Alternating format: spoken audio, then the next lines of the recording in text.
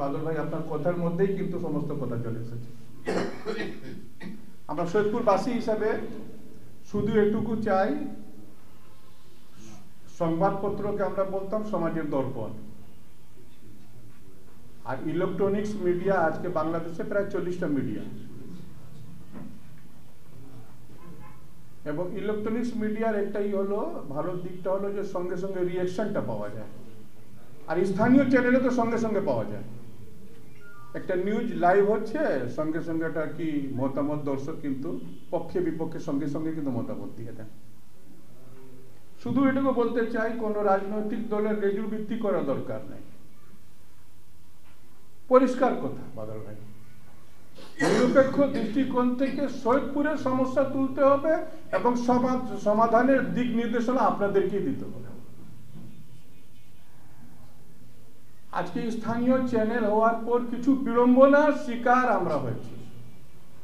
আগে চাঁদাবাজির জন্য রাজনৈতিক লোগো ছিল, বড় লোগো, ক্ষমতাসীন দলের বড় নেতা আসি, পাতি নেতা আসি, চাঁদাবাজি করব এই নামে। এখন চাঁদাবাজি করতে গিয়ে একটা বুম এবং একটা ক্যামেরা প্রয়োজন হয়। অপসাংবাদিকতা যারা করে না, এই সাংবাদিকতার নাম ব্যবহার করে যারা অপসাংবাদিকতা করবেন, দেখেন অনেকের হাতে একটা বুম আর একটা ভিডিও বড় ক্যামেরা, যেখানে সেখানে চলে যায়। আগে পুরো নিউজ করবে, এটা করবে, ওটা করবে, তারপর বার্গেনিং শুরু করে দেয়।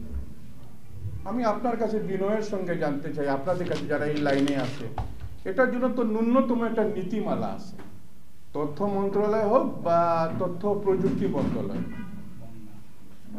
এটার ব্যাপারেও আপনাদেরকে নিউজ করতে হবে।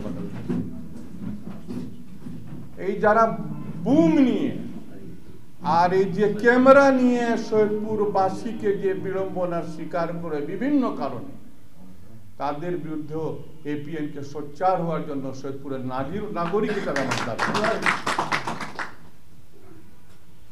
এবং আপনারা পারবেন এবং আপনি পারবেন, এটা বাদল, আপনার টিম এটা পারবে।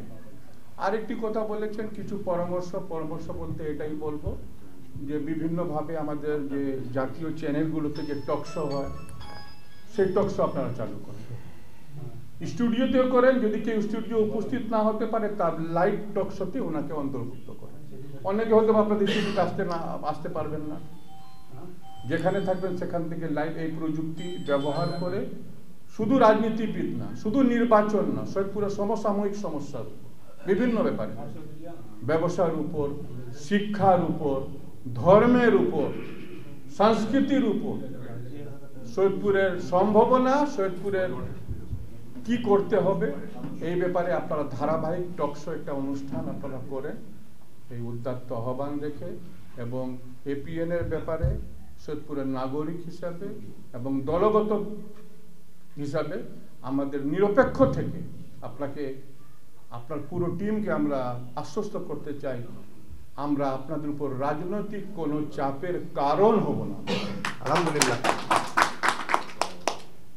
বস্তুনিষ্ঠ, কারণ আমরা জনগণের রাজনীতি করি, যে রাজনৈতিক দলকে আমরা রিপ্রেজেন্ট করি, জনগণের চাহিদা, জনগণের সুখ দুঃখের অংশীদার আমরা হতে চাই। এটার জন্য এপিএন যা করবে, বিএনপি সৈয়দপুর রাজনৈতিক জেলা শাখা আপনাদের সঙ্গে আসে, থাকবে ইনশাআল্লাহ। এই প্রতিশ্রুতি দিয়ে এপিএন যেন সুন্দর সুষ্ঠুভাবে আন্তর্জাতিক মানের, জাতীয় মানের সৈয়দপুরের একটা চ্যানেল হোক, এই আশাবাদ ব্যক্ত করে আমি কথা এখানে শেষ করছি। ধন্যবাদ সবাই।